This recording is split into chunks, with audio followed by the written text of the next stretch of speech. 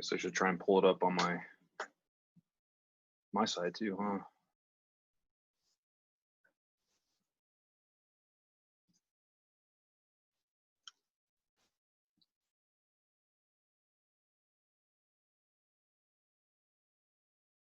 Oh, looks like we're live. Unmute and all right. Welcome everybody. It looks like I think everything looks good as far as I can tell. Right on. Welcome to another Workflow Wednesday. This week we have a special guest. Oh, the text under your name's wrong. But I have a W in there. But Christopher Clements with FXitinPost. Give me just a second. I'll fix No problem. the text. Oh, I like it. There we go. That's better.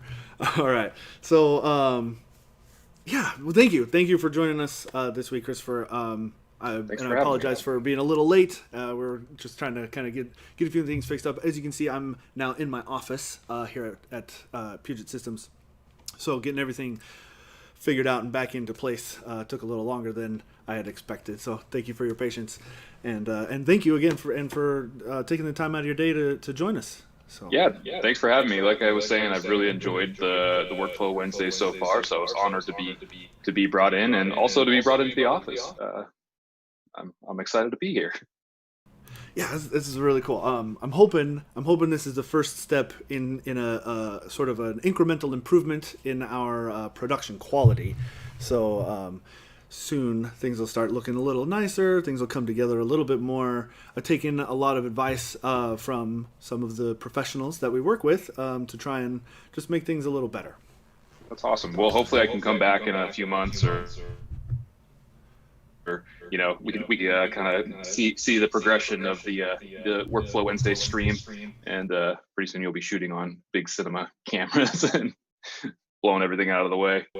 Oh, that'd be super cool. Yeah. Okay, so I like to start off just in case anybody in the audience doesn't already know. Give a little bit of an intro: who you are, what you do, why you're famous. I don't know if I'm famous, but yeah, my name's Chris. I go by Chris. I probably know what most people would know me for is a reimagining of Darth Vader versus Obi-Wan Kenobi. The title of that was Scene 38 Reimagined, and I handled all of the visual effects on that, and kind of that was my baby for a couple of years. And I slowly released updates over about a 2.5-year period, and myself and the director Philip Silvera wanted to remain anonymous for legal reasons. We wanted to make sure we could get the project out because we obviously don't own the rights to any of these characters. So we tried to stay anonymous until the very end when we released it. And so there was a lot of questions on who FXitinPost was, and yeah. So yeah, I'm a visual effects supervisor. I do everything from commercial to TV to film, or just stuff straight to YouTube. But yeah, most people would know me from the YouTube channel itself. Right on. Yeah, I did take an opportunity to watch through that, and the Scene 38, and it's incredible. If you haven't seen it, check it out. It is. I like some of the more I guess modern storytelling elements, and like how just more grand and epic the fight was after you guys played with it. It was really cool.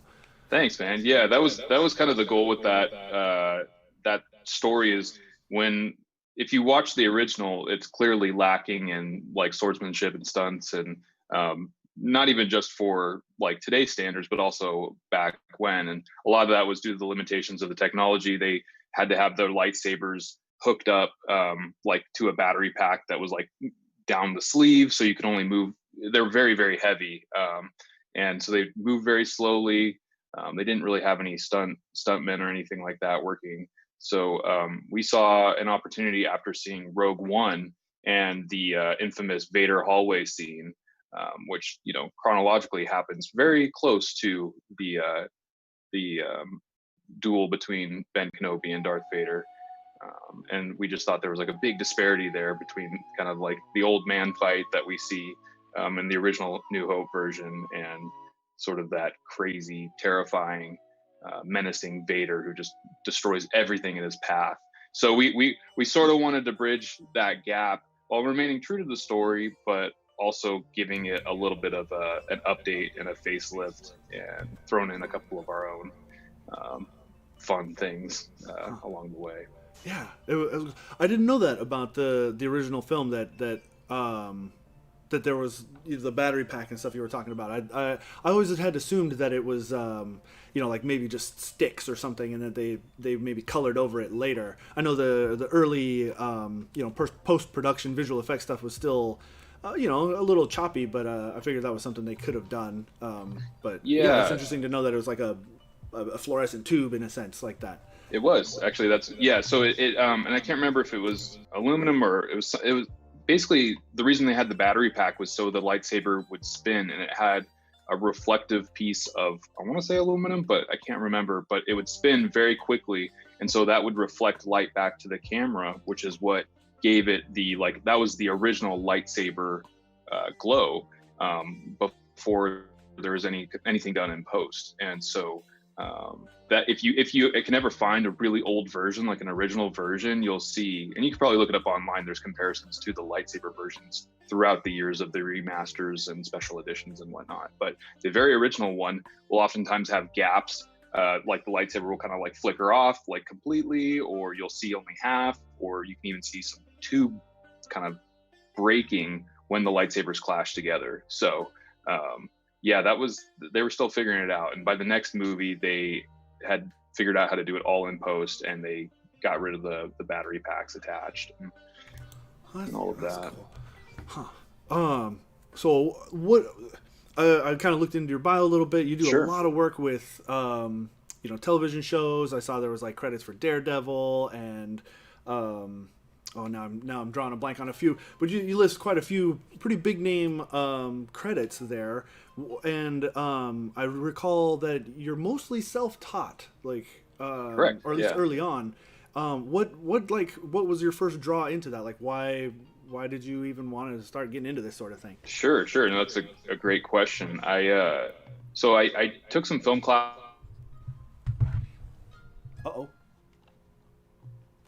Classes in high school, and I was really drawn. What's up? Oh, it had a bit of a chunk there. Oh no. Yeah, so I took some film class in high school, and I did a lot of comedy stuff. I really enjoyed making short films with my friends, and once we got to college, our little group sort of disbanded, and I found out that I was actually really make a comedic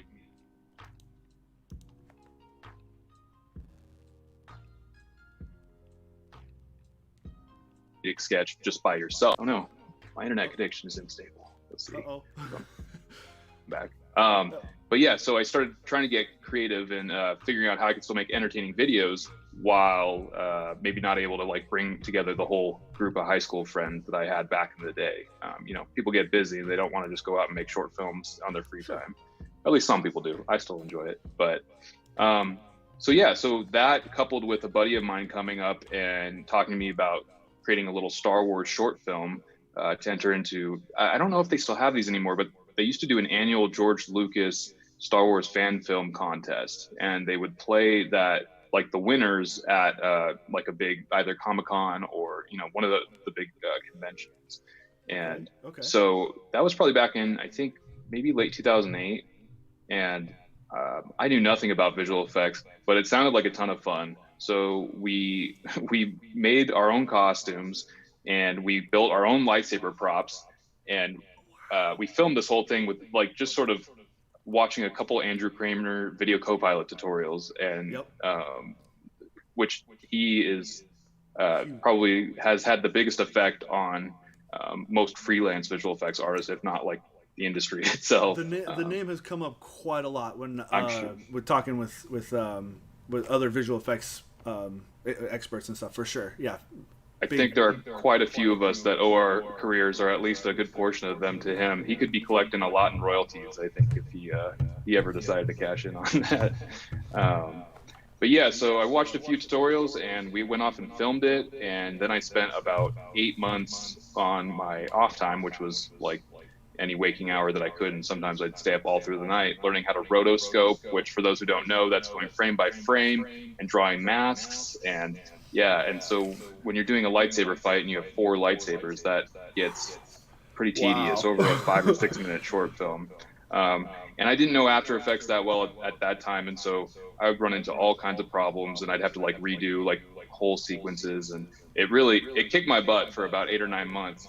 And I think that project was really a good way to like start into visual effects, because I think if I was going to get scared off, it would have happened then, Sure. because of all the headaches and difficulties that come with this type of work. But yeah, we ended up completing it, and it became a finalist, and they showed it at Comic-Con and stuff like that. And it was terrible. It was really, really bad. But I, yeah. Well, I feel like everybody's first is kind of bad, you know? Yeah, it was more than kind of bad, but it gave me a solid foundation for visual effects. And not only that, but it's sort of been funny how Star Wars has like followed me throughout my career.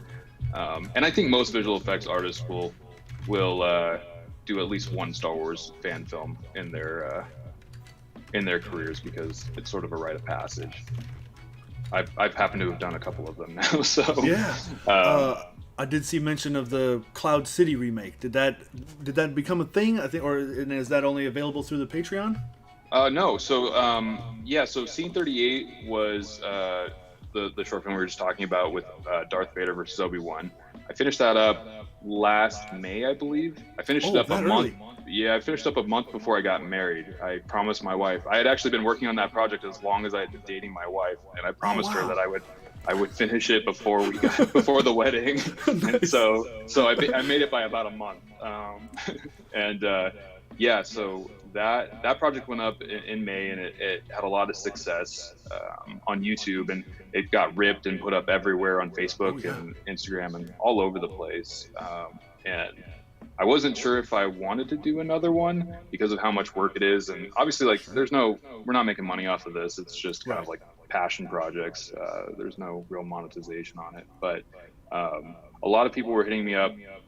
Like a lot of people were sending me emails and messages about doing more, and everyone has an idea of what they wanted to see next. Sure. And this actually particular duel, the duel Cloud City, is probably the best duel in all of Star Wars, and most fans are a little wary of like us doing a reimagining on it because it's so good. And I agree, it's absolutely amazing. So part of the reason I chose this one is because there's been some new technology coming out with mocap suits. Oh yeah, okay. And also with Unreal Engine, all of this virtual production stuff. So I'm listening to all the FXitinPost fans, and I'm hearing them kind of like asking for more, and I'm considering what like I need to be able to like learn something through this, because I learned a lot on Scene 38. That was completely shot on green screen, and essentially everything was a digital background except for our actors. Okay. Our stuntmen and actors, but everything else was all done in post. And so I started thinking, when looking at these mocap suits, I'm like, well, I wonder if we could put our stunt guys in these suits, get 3D models of whatever character, and then we can put them in the environment, and then we can orbit the camera around wherever we want. We're not limited to the 2D limitations of green screen, where you can only adjust the camera so much. You can really cheat it, and I did a lot on Scene 38, but if I wanted a camera angle like all the way over here and we only shot it from this side, it's just not going to happen unless we reshoot it, where if everything is computer generated, then the sky's the limit. Yeah. So with Cloud City, I started thinking about okay, which duel should I take on next, because there's quite a few fun ones I think that may come down the road that would be fun to redo or reimagine. But I thought, okay, this is brand new technology. I'm kind of dipping my toes into all of this. I want to figure out this world. Let me do something that like I don't need to redo an entire 7-minute fight like we did with Scene 38, which required so much just like new content. With Cloud City, I feel like it's amazing as is. So as long as I don't do anything too stupid or or deviate too far. I just kind of insert really cool moments. I think we can kind of scratch that itch for the audience, but also I have the time to, and the excuse to learn this new technology. Yeah. And all of this actually started up last year when I started talking with you guys about the potential of maybe collaborating together Oh, on cool. making this project, because I've been a Mac guy all my life, and I've been terrified of moving to PC, and because I'm not really a technical guy with computers. I really couldn't like Sure, tell sure. you what the stats or specs are. I can look Right. them up and I kind of understand, but I'm not one of those guys like, oh, I've got this Titan and Right. this much RAM and all of that stuff. It's Well, just, I think I lean more maybe towards the creative, and the technical stuff really gets me fuzzy. So when I came into contact with Puget, I just thought it was like a match made in heaven, because you guys were able to walk me through the steps that you answered questions that I didn't even know I had to be able to get to the right solution to create the type of content that I had been creating, but just on a much higher level. right. Because this computer, I mean, it puts a beat down on my iMac, which I spent a lot of money on. Yeah. So, and a quick note on that, I actually put up on my Instagram a comparison of, I did an export, comparison export of a very difficult shot from another short film, another Punisher short film that I did. And I did it a couple of times just because I wanted to see what the average was, and I think the average on the Mac was 3.5 hours, give or take, for one shot, and the rendering out on the Puget was 22 minutes. Wow. So I mean, I knew there was a difference, but until I saw that side by side, I had no idea. It That's blew me huge. away, and I'd been working on it. Right. So yeah, it's been crazy. It's just been really interesting to see workflows change because of the workstation. I didn't quite know how far I was lagging behind, and it sort of makes you feel like, oh man, how many years have I lost in render time? It kind of adds up. Yeah, that's wow. That is huge, and I'm really glad that actually you brought up the virtual production and Unreal Engine and that kind of thing, because that seems to be kind of where the future is headed. And as you've been kind of dabbling into it, dipping your toes in, as you said, what's kind of been some of your hurdles, some of the struggles that you've had? Let's see. Probably some of the technical side, like we were just talking about, because Unreal is like this crazy environment that you can do just about anything in. So it's like trying to dig in, and it is a game engine. So it's different than a typical 3D program like Maya or Cinema 4D, Blender, even, like all of those. I have a good understanding of, but Unreal is just, you got to come at it a little bit differently. And so learning how to kind of pipe in mocap data from the XN suit that I have into Unreal was a little bit of a challenge, in making sure that was all rigged up. But now that I have it kind of flowing well, I don't know, it's sort of a dream. This, or put a box in, or a new model, it's outstanding. I've also been digging into the more the virtual production side of Unreal, which would be more of like the tracking cameras in real time. So I have one of these HTC Vive pucks. Oh yeah, yeah. And so my intent is to film all of Cloud City, not with a mouse or anything like that, but to be able to attach this to a camera and get real-time performance and camera movements. That way it will feel cool. it will feel alive. It won't feel like a typical game cinematic. It'll feel like something that we could have filmed ourselves, because we did. That's I follow I think his name is Matt Workman. Matt Workman, yeah, he's the man. Yeah.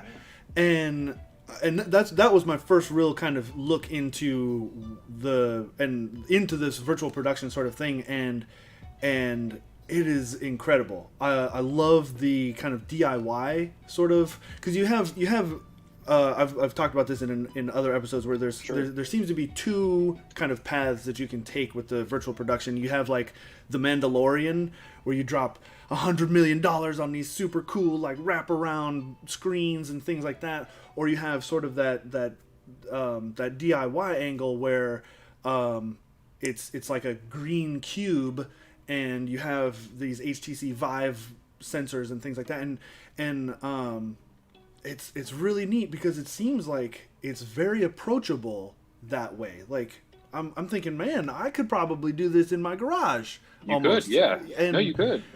and I just love the idea of how it's kind of opening the doors. And this goes for like things like cell phone cameras, and the editing softwares like on iPads and things like that. The barrier to entry is so much easier for video editing, video production, filming, just in general, and it's so cool. How do you feel about that? Like, is that? I'm blown away, and I mean, one of the biggest things that's sort of wild about Unreal is it's free. I mean, right. Like anyone could pick it up. Most software on a professional level is not cheap. Like, right. You generally don't enter in. Subscriptions are becoming a little bit more of a norm, and so it's allowing that, it's dropping that barrier of entry to a degree. But still, like you have to be pretty invested to drop $200-$400 a month, and then you start getting the plugins and all of that. Right. Where with Unreal, I mean, anyone can download it. You could start. You can use it like to work that day, and then there's Quixel Megascans, which is attached to them, and they provide all sorts of. They've gone out and done photogrammetry, which is where you go and take a ton of pictures of like a rock or whatever it is, and you create a 3D scan, and so it's not actually like it is a CG model, but it's real, so it's as photorealistic as you can get. Yeah. And so dragging some of their assets into environments is a ton of fun, because you can create a forest or a quarry, or you can create Iceland. There's a really famous short film, Rebirth, which was from Quixel, which is it's like a minute or two long, and it's all kind of showing off their assets within Unreal Engine and how, I mean, it looks real. And that came out last year, and I think that was also one of those things that sort of like nudged me into this direction, as well as seeing, wow, like and this is evolving daily. They put out new iterations of Unreal 5. That demo came out, and they were right. I mean, blowing everyone away with that. That was incredible, especially knowing that it was it's like current. I think they said that was running on PlayStation 4, if I remember right, or was it 4 or was it the 5? Now I'm not too sure, but even still, it's even if it was the PS5, that from the PC standpoint, that's current generation stuff. Sure. And it just we're very, very close to coming to a point where it's going to be really hard to tell the difference between what's real and what's not. Yeah, I think we're already there. I mean, maybe even past there. It's really interesting. That thought about a year ago. Well, I'll backtrack a little bit. On Scene 38, we had to do face replacements for Obi-Wan Kenobi. Mm-hmm. I actually had a little, I don't know if I have him here, but I had a little model of Kenobi's head, and I did photogrammetry on that to get a scan of his head and get it into 3D software, because I'm not a great modeler by any means. So I was like, all right, what's the hacky way of going around this? And so I used that. Wow. And to be honest, sometimes it sucked. It did not work at all. It was probably one of the weakest points for me visual effects wise, but it was also one of the most difficult parts of Scene 38. Sure. But there are some moments where it actually worked really, really, really well. And after Scene 38 came out, I started getting hit up by all kinds of people because they thought I'd done deepfake with it. I was gonna ask, yeah. Yeah, and so no, I did it like the dumb manual way, where I'm just going frame by frame. It's basically like rotoscoping. I'm just moving his head a little bit. Like sometimes I could track it, but a lot of times it was, they're performing stunts, so there's not much to track, and you just gotta stuff them in there.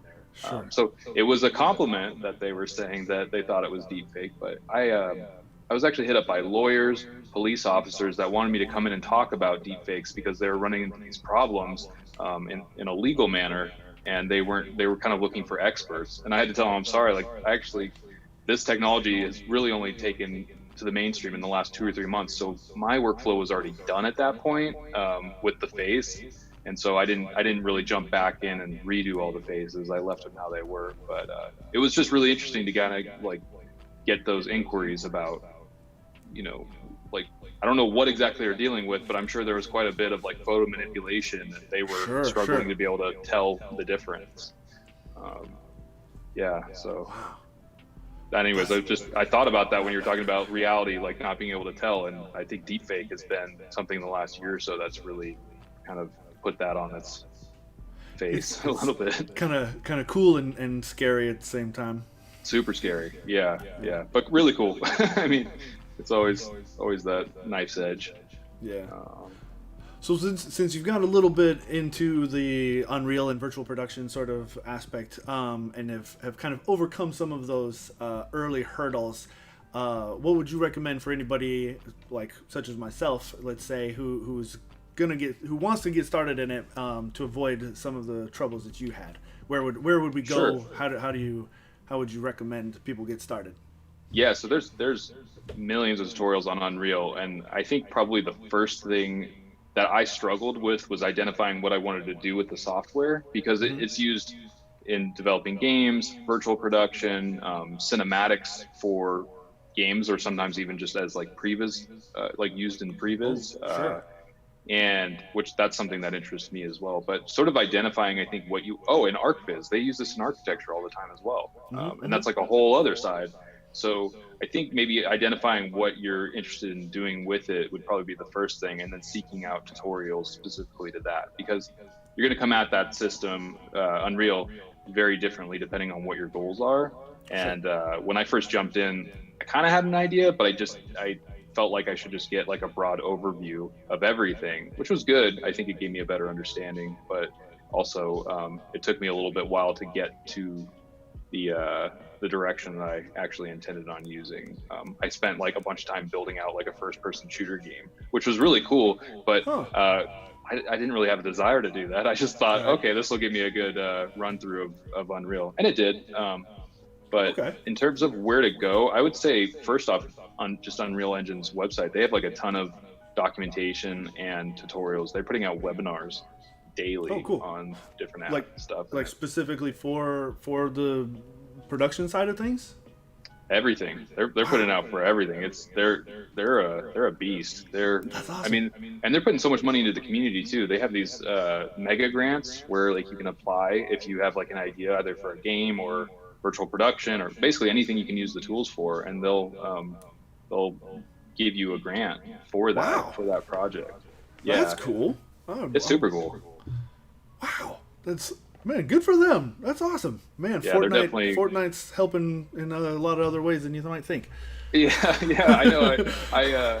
I personally had never played Fortnite, but like I started looking into it after getting into Unreal, and I was like, wow, this is so weird how this is funding like a whole generation of artists right now. Yeah, which is really cool because I mean, not to get too off track, but I know Epic, Epic's the big parent company. They Right. kind of get a lot of flack for some of their practices in the gaming side of things, but it's really neat to hear how they're kind of using that. And man, they ought to be getting a little bit more publicity for the good things that they're doing instead of always getting kind of The this flack. negativity from the other stuff. Like, dude, it's such a it's constantly blowing my mind how people are using, this tool that used to be just for video games and are twisting it into something so much bigger and better. It's really neat. Yeah, the innovation side of it is really cool. I think we're kind of on the tip of the iceberg of seeing the creativity that, there's just been in this influx of people learning Unreal Engine. So there's going to be a wave, I think, over the next year or so of people like doing some really fun, interesting things with it. Yeah, and I think it's like it's like almost a perfect storm too, because earlier this year the traditional sort of film production ground to a halt. You couldn't go to the normal film studios and have a bunch of people on a soundstage or what have you, and so being able to do that, some like literally remote, a lot of we've seen a lot of animation, both 2D and 3D, but then also just knowing that you could put on a mocap suit at home by yourself, run through a few things, send that data to somebody else who's at home, and they could plug it into the virtual environment that they're working on. Man, it'd be neat to see that somebody kind of put together an entire film where nobody actually had any sort of like face-to-face in-person interaction. Yeah, and if it hasn't happened, I'm sure it's like they're doing it right now. Yeah. Yeah, it's been an interesting time for myself. I've always worked sort of from home. I'll go up for meetings, or to be on set or whatever I need to do, like supervising. But then a lot of my work happens just at my computer. So I felt in some ways I was kind of business as usual in terms of like how often I'm staying home. I feel fortunate that I'd pre-adjusted to, I guess, the current situation, the norm. I already had a lot of like systems in place for how to work remotely, and all my clients are used to that. Cool. And that's just because I've always been a freelancer and haven't worked at studios, which I know the studios have mostly transitioned to at home as well. Yeah. That's an interesting topic. So you say most of your workflow has been from at home as it is. Yeah. How has that evolved over time? Was it on purpose? Like you've always wanted to, or like? No. Like I said, originally I started kind of like making my own short films and all of that stuff. So, sort of a long story, but essentially I started making visual effects short films on YouTube, which was always just me. I would either clone myself or I'd do different superpowers. And it was kind of a good excuse for me to learn different visual effects while also getting like a little bit of a feedback. Mm-hmm. And over time, that audience grew, and people would hit me up for work sometimes, and some of them were good jobs, a lot of them were not. One day, a stuntman hit me up because they were doing a previs for episode 7, and they needed some help with lightsaber visual effects. And so I ended up connecting with them and that team, and the director, Philip Silvera, the guy who directed Scene 38. That was my first. That's the first time I worked with him and met him, and so from then that was kind of my into the film industry, because I don't know, it was interesting. Most people go through the studio system, Right. or at least for a little while, but I kind of had this like YouTube straight in. It was like a weird plug-in, a side door into the system. But yeah, so through working with him, I started working with other stunt coordinators and meeting other producers, and just started working on different stuff, and word of mouth kind of took over. But it was sort of the same all the way through, just me working on my computer at home, and then if they like needed me on set to VFX supervise, I was there. But otherwise I was kind of grinding away at my computer, and that's sort of where we're at today. I would think I might be on set more, just like doing more supervising, but right now everyone is very wary. There's not a lot of production happening in LA. I am working on one project which is in the vein of The Mandalorian, with like LED walls and virtual production and whatnot. Oh, okay. And that project has specifically happened due to what's going on in the world and needing to limit like travel and going to different environments, and having a ton of crew. It's kind of they're utilizing the technologies to still be able to create kind of with everything that's happening, which is the cool innovation we were just talking about, that like there's these tools now that allow us. Maybe 5-10 years ago, no one's able to do this under these circumstances. So then what would happen? It's just like this wave was already coming, but what's going on in the world has pushed it so much further. It's thrown gasoline on it, and and it's going so crazy. what's been the hardest part about working at home all the time?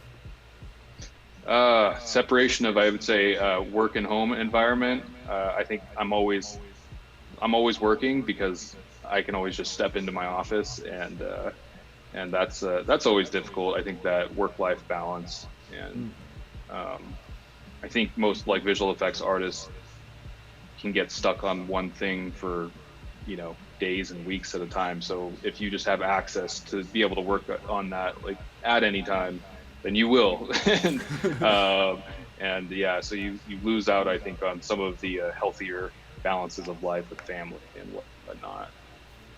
Do you have I would say do you that's like set probably. do you set a very strict window of time, or like any tools that you use to kind of okay, enough is enough? I try to, and then I get a big project, and the deadline creeps up on me, and then all of my little boundaries that I put into place seem to get kicked over, and it's like, well, I guess I'll try next week, Yeah. and yeah, so I don't know if I have any real tools to help with kind of the work-life balance, unfortunately. But I will say that the new Puget computer renders so much quicker, as I was mentioning with the comparison, that I'm not actually sitting around waiting on renders anymore, and that sped up my workflow quite a bit. Oh, that's cool. My wife complains a bit because I used to be able to take scheduled breaks when I knew there was going to be a render, and I could go hang out with her, or go out and get lunch or dinner or whatever. And now a render that would be an hour is done in 5 minutes, so it's hard to justify walking away. So Sure. I would say that's the only complaint in that shift. Yeah. Uh, Another kind of a question. So a little bit more future Sure. looking. In terms of your own projects, both combination of like the new workstation, but also just future technologies. Is there anything that you're super excited to kind of play around with, other than the virtual production stuff we've talked about? Is there anything kind of like on the horizon that you are looking forward to? Right. I I'm so excited about what I'm doing in Unreal, and I feel like I'm just kind of like on the like first level of it, that I think I'm gonna have my hands full there. But I think within that, I bought an XN suit Mm-hmm. earlier this year, and if for people that don't know, that's a motion capture suit, and I mean I could throw that on in my office, walk around, capture data like you just said, and well, I can work on it myself. I can stream it right into Unreal. Um, but there's some really cool pieces of technology coming out for tracking that. So the XNs only tracks your body. It doesn't track your fingers. There's no face Oh, tracker. There's none of that. okay. So I'm really interested in sort of, once I master sort of the pieces I have right now, or at least get a decent workflow, which I think I'm getting there. But I want to get some gloves for doing Ooh. finger data. And then there's some really interesting facial capture options, including just like an iPhone 10, I believe, or at least one of the newer iPhones that has Oh, some sure. technology that you can link directly into Unreal and do face capture and facial That's cool. animations. So Yeah, I've seen. I can't remember exactly where it was, but I've seen. There's a I think there's an app you can get on the newer iPhones where it'll yeah, actually show you the Face ID data that it captures, like to figure out what your face looks like and everything. And so I imagine it's some kind of a connection with that. I think so. I believe so. Yeah, I haven't messed with that yet. I'm trying to still walk before running on Sure. everything, because it's a little bit dizzying with all the options. Because I'm also learning the camera tracking portion of that with the HTC Vive, Right. and the hope is with all of these things, um, to complete the short film Cloud City, that reimagining. It's to kind of bring all of these technologies together and do something that is bigger and better than Scene 38 was a couple years ago, because that was like a big jump in terms of like some of the workflows that I like needed to learn, and this is kind of taking that and taking it maybe 2 or 3 levels higher. And Wow. so I'm excited. It feels like I'm leveling up here, Yeah. daily, and figuring out new things. And um, I would say that, yeah, the motion capture stuff is probably where my heart is at the moment. Right on. That's exciting. I'm looking forward to seeing what you do with it too. This is going to be really good stuff. Thanks, man. What's been your favorite project you've worked on so far? Oh, And I mean, like, because I know you've done some, I guess, bigger name like commercial stuff too. But so like sure. in the grand scheme of it. Oh man, that's hard.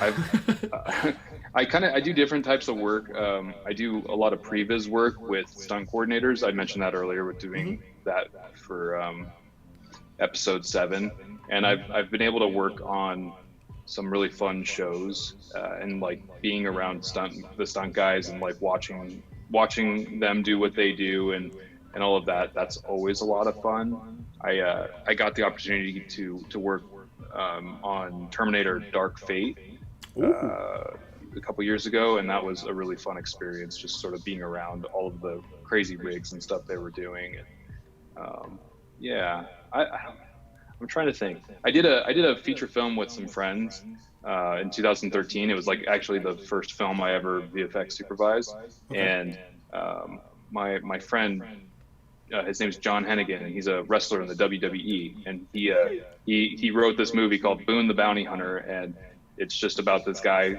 trying to like hunt down this drug lord's son, and he does parkour the entire time. And it's just a really campy movie, but yeah, for like 3 weeks or a month, we made this movie, and it was a decent sized crew, but like I knew mostly everyone on there, and we were all friends, and that was a ton of fun. That might be the top experience. That That's was awesome.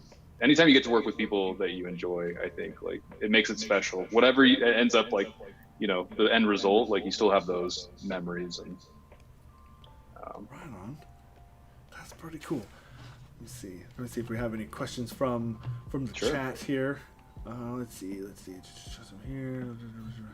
Challenging hurdles. Where would you point people? Resources. Oh, my boss says Puget Systems better work life balance. I agree. It lets me go to sleep at a normal hour. Yeah. I've heard that one of the first times that really stood out to me of the effect that some of this I guess just better equipment was Smarter Every Day. Okay. And I remember he was saying Destin of Smarter Every Day, saying that, and again it came down to like the renders, that like he was able to have dinner like with his family. It wouldn't take 3+ hours, and he wouldn't have to and there wasn't like the sitting there like looking at it hoping that it doesn't crash or anything. And I like that. I think those are really Yeah, good man, stories. you think about that, and even a minute like that adds up over weeks and months and years. But like some of these render times, I mean, for example, on scene 38, I had 100 and I think it was 20 green screen shots that in the entire piece, and each one would take maybe 3 to 4 hours to render. Um, Wow. and I'm not gonna lie, I lost count of how many versions I did because I was constantly improving it. Having worked on it over a 2.5 year period, you're a lot better at the end of that than you were at the beginning. So you end up going back through and like cleaning stuff up and polishing and making sure it's consistent. And Right. so, I mean, I probably rendered 4 or 5 times each one of those shots 4 or 5 times. So 20 hours per shot, maybe more. And that's just for render time. That's not working on it and how slow Right. that and cumbersome that was. So that was a huge kick in the pants to me of like, I have to make this transition because I'm losing so much time, like, productivity. That's money. It's either going to be money or it's going to be time with your family or just time for yourself. And so like the investment in getting a proper workstation is you really can't. I mean, maybe you could add it up, but I couldn't. It's just I mean, it well, just blows off me the away. cuff, 100. You said 100 and how many scenes? 120. There's 120 shots, and That's each one took about 4 hours, 3 to 4 hours to render. so that's 480 hours. Yeah, and then multiply that again by the number of iterations that I did. And so I have all of those shots on an old hard drive that I need to pull out, but I'm gonna do another comparison render on the Puget compared to the iMac, which I did all of scene 38 on, and I'm really interested to see. I'm sure it'll be similar to this Punisher one that I did, where it's like Yeah. 10 times, 11 times faster. Oh, Um, Uh, but let me know. Let me know when you get the results, because I'm always happy to put our systems up against Apple. Okay, cool. Yeah, like I said, I did one. I put one up on Instagram today, just kind of shouting out this stream, and it was kind of you guys were on top and they were on the bottom, and the little render bar is going. And with your guys, I sped it up just so it wasn't the 3.5 hour Sure. video. I think I sped it up 400 times, but like you blink and the Puget is done, and then you just see this slow bar going for Mac, even sped up 400 times, and Yeah. Yeah. um, yeah, Since you incredible. have come from a Mac or I suppose an Apple workflow, has Sure. it been a Premiere software both ways? Yes, Or I mean Premiere. Adobe. I'm sorry.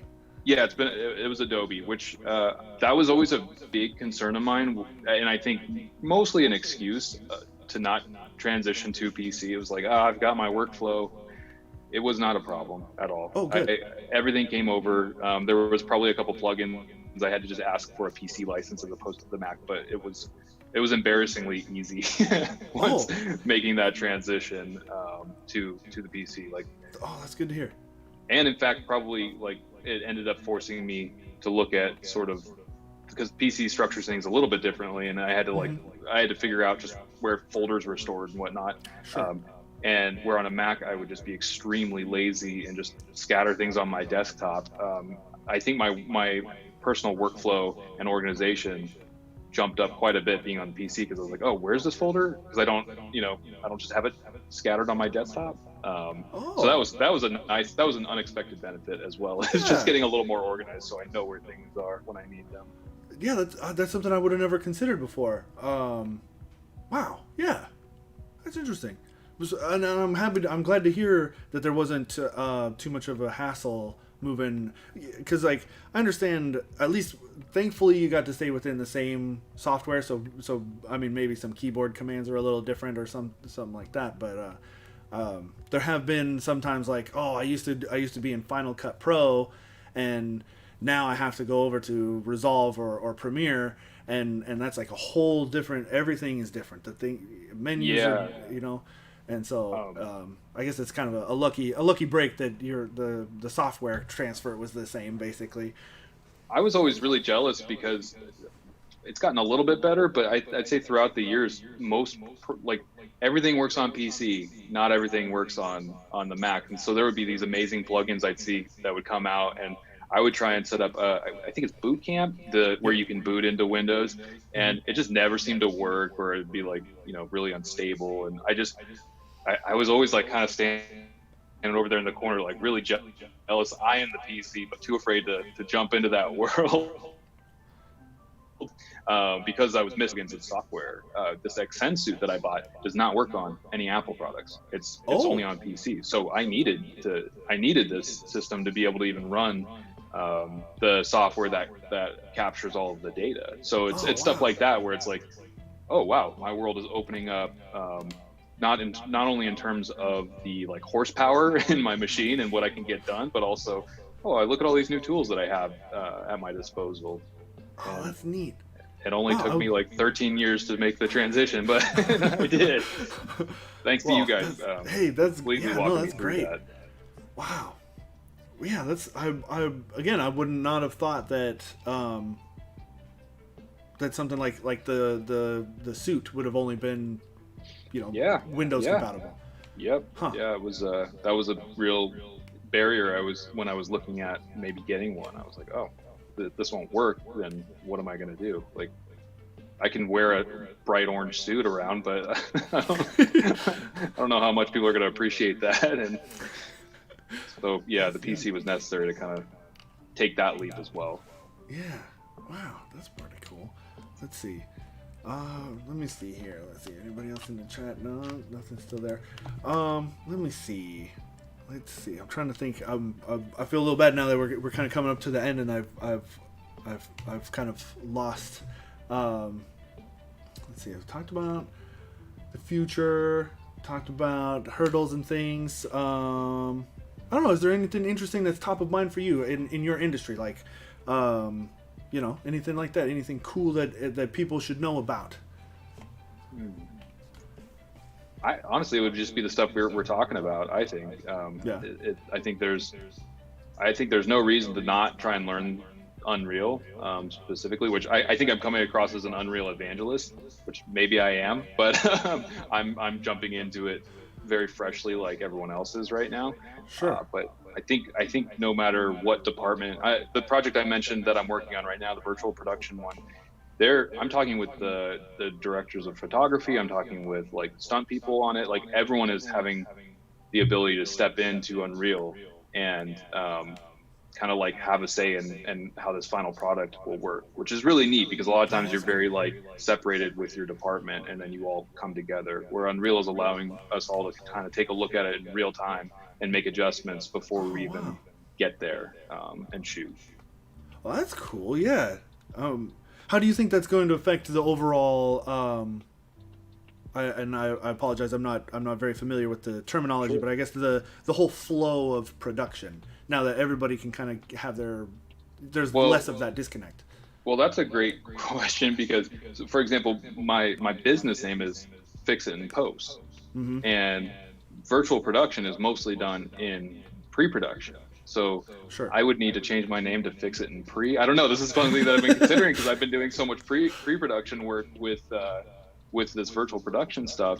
Um, so normal visual effects, you're lucky if you get brought on even on set. Oftentimes you don't really see a project until post production. On the bigger Okay. movies, yes, but like more on like indies or other stuff, you get brought on fairly late into the process. If you're on pre-production, then that's good on the producer and everyone else for like bringing you on board to kind of talk about what's feasible before just filming it and then committing you to it without ever Yeah. having any say.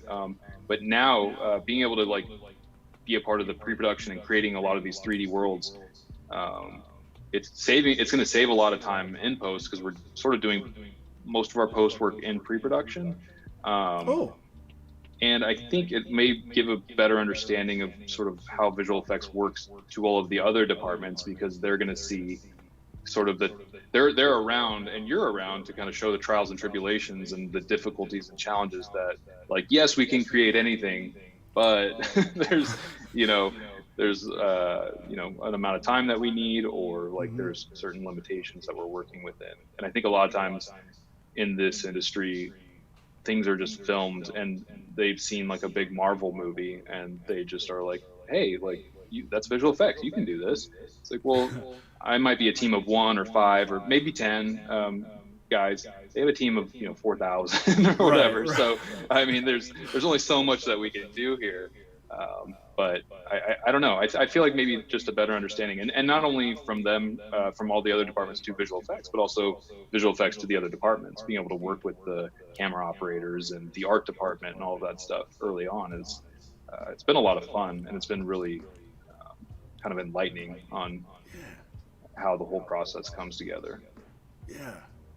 I can definitely tell you from my point of view, getting these little peeks into how things work have been endlessly fascinating to me. I'm constantly blown away of how much that as a viewer I take for granted, but then even still as someone like I've built the PCs before and I know from a very general standpoint like what can be done with these tools, but Sure. to hear it from somebody who actually uses them is just endlessly fascinating. I'm constantly blown away at just every piece of it has been remarkable. I Well, have a lack of words for it. you've been having all these amazing different artists on. I'm sure you're like the Joe Rogan of the visual effects world now, bringing on everyone and talking. And it's really neat to kind of, for me to be able to listen to some of these other guys and sort of hear about their journey. I think a lot of our journeys are similar. Mm-hmm. The paths definitely intersect, and I don't know. It's been really cool Yeah. following Speaking along. of, if there was one person that you could talk to like this, who would it be? Oh, Somebody. oh, maybe Joe Rogan. I don't know. Oh yeah. uh, I don't know. Maybe Andrew Kramer, the guy we were talking about, who Video Copilot, who kind of Mm-hmm. kickstarted all of our careers. He might be a fun Sure. guy to. It'd be interesting to talk to the guy who's on the other side, who Yeah. we all talk about. That would be Yeah. Well, from a visual effects standpoint, that would be really if my interesting. boss is still in the chat, Eric, maybe we can get one big epic togetherness with Andrew Kramer, and everybody can just kind of get together and geek out a little bit because Video Copilot has come up a number of times, and it would be really cool to kind of see where his journey started, Sure. and kind of where he might see where the future goes too. I completely agree. That would be incredible. Yeah, that'd be really cool. Let me see. We got a few minutes left. Let me see.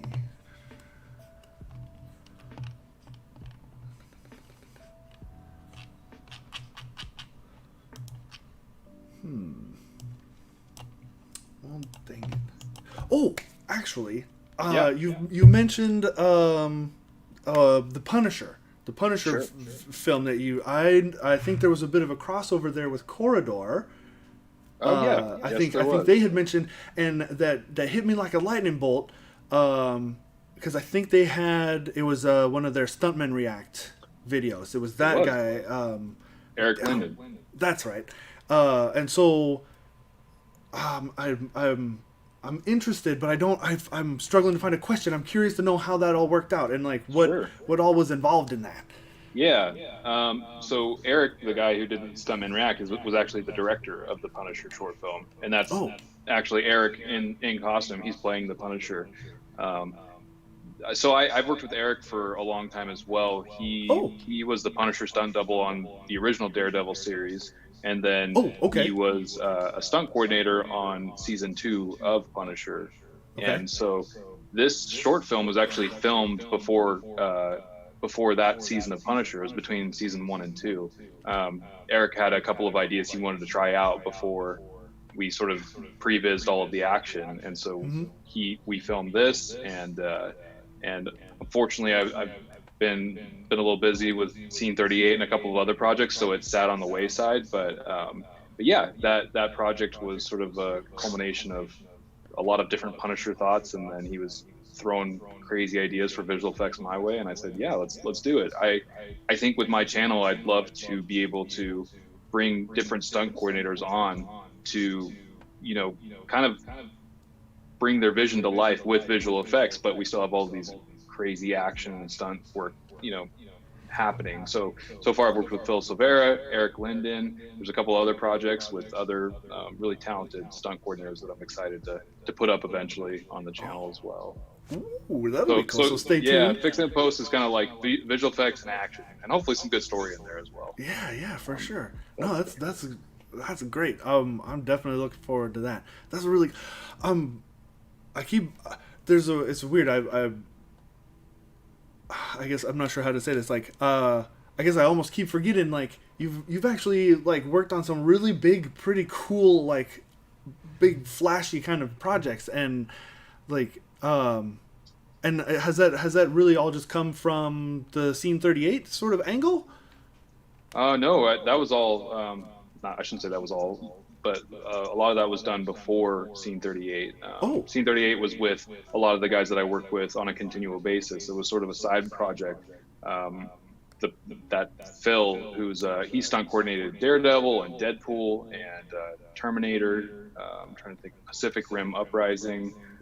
We've done, and I've been fortunate to be along with him on the team kind of throughout that journey. And so he was the one who originally came up with this idea for Scene 38. oh, And yeah, so it was sort of like let's there's some downtime between jobs, and so we went off and made a short film that was, I think, way bigger than any of us had originally planned or imagined. I didn't expect it to last 2.5 years, but yeah. yeah. So but the original kind of like intro into that world was what I mentioned, getting contacted by a stunt guy on YouTube way back in the day, and I started doing some work on previses and sort of started working with different people within the stunt community, and that's gotten me some pretty cool credits Definitely. along the way. That is super cool. Yeah. Wow. And all just from kind of goofing around making short films and stuff. That's really Yeah, neat. man. I mean, I think we're still doing that. It's the same thing. You just, hopefully making a little bit more money, and I don't know, you have some more responsibilities, but it's not. Sometimes I reflect on how lucky I feel, and kind of doing pretty much the same thing that I was doing 10 or 11 years ago. But back then I was just putting up a YouTube video for a couple thousand people to see, Yeah. and now fortunate to work on some things that get a lot more eyeballs than that. That is really neat. I love hearing that kind of the journey stories are really always very cool. That's really neat. Like Thanks, man. Yeah, that's man. I just want to say congratulations. Like really, that's super cool. Thank you. Yeah, I feel very fortunate. I think there was a lot of things that sort of like fell in line that allowed me to, like I said earlier, walk through a kind of a side door into the industry. And it was not the traditional route, which most people in For film don't sure. come in a traditional way anyways. So Right. yeah, it's pretty cool that I was able to meet some of the right people and then put in the work to be able to work on some cool stuff. Yeah. All right. Well, that does bring us right around to our hour mark. So Okay. I think we'll wrap it up a little bit. Is there anything? Oh, one interesting question right here at the end just came in Sure. from YouTube. Fred Bailey says, "Hi Chris, what other stories or scenes would you be interested in reimagining in the future?" Ah, That's a good this one. is a big question from the community. I get a lot. There, I'm like always wary of saying anything because I'm afraid it's a commitment to doing it. But I can list some of the ones that are the most popular and they also interest me. And that would be the Palpatine duel when Mace Windu and some of the other Jedi go to arrest Oh. him in Mm-hmm. Episode Mm-hmm. 3. I think that would be a most fans don't think too highly of that scene. So I think anything it's a low bar, so that would be a fun one to to improve. I'd say that one. I always thought it would be fun to reimagine the Rey versus Kylo, the first scene Oh. in Episode 7. I always really wanted to see Luke Skywalker show up in that duel and put a beat down on Kylo Ren. I thought that would have been pretty amazing. Um, so that would be one of the other ones. And then I've got some other ideas, but like I said, I'm afraid of committing to them because Sure. these projects take a couple of years at a time. So I don't want to commit myself too far out. But and then there's been some really interesting ideas for reimaginings in other like movies, and I you was know, gonna ask if there was a non-Star Wars sort of scene that would pop up for you. yeah, I think there's some interesting ones in Game of Thrones that I would think could be a lot of fun. I think there's um, a Lord of the Rings one that I have my eye on. I don't know. Yeah, I think it would be fun to go in, and I love all these franchises. So I think a lot of people thought I was disrespecting, Star Wars by recreating, and then they turned out to really enjoy it for the most part. It was mostly positive feedback. But yeah, it's kind of fun just creating what you imagine in your own mind, even if they didn't, capture it. So like the Ben Kenobi versus Vader, a lot of people who grew up with that movie when they saw it when they were 5, I think they Right. maybe saw something in their mind closer to what we created compared to what the slow fight that it actually was. Mm-hmm. Your mind kind of fills in all those gaps and makes things a lot cooler. So it would just be fun to keep playing with that idea, I think. Yeah.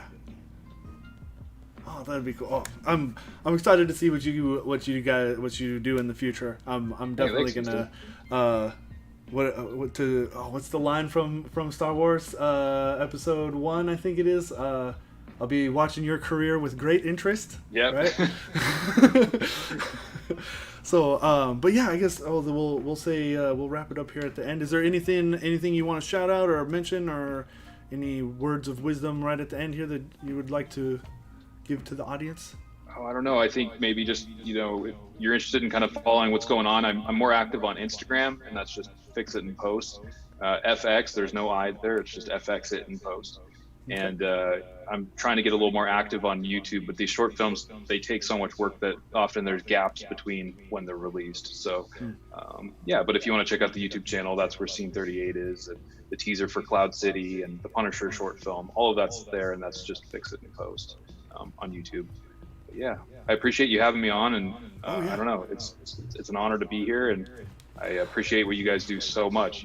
You've changed my complete like work environment to nothing but the better. So thank you. Oh, well, no, you're welcome, and thank you for the kind words. That's I get a little blush from that myself. That's really cool. And thank you for taking the time out of your day to join us on our Workflow Wednesday and kind of give a little insight into what you do and all that. And thank you to the audience as well for joining us. We do this Wednesdays and Fridays at 1 o'clock Pacific. Wednesdays we bring industry experts like Chris here on to kind of give, like I said, a little insight into the industry and workflow, tips and tricks and things. And then on Fridays we have a member of our labs team come on and kind of answer questions there and give more talk about the crossover of hardware and software and how it affects our side of the industry. And so be sure to mark your calendars for that sort of thing. Wednesdays, Fridays, 1 o'clock Pacific Standard Time. YouTube, Twitter, and Twitch. So thanks everybody, and we'll see y'all next time. Thanks. Thanks, guys. And switch.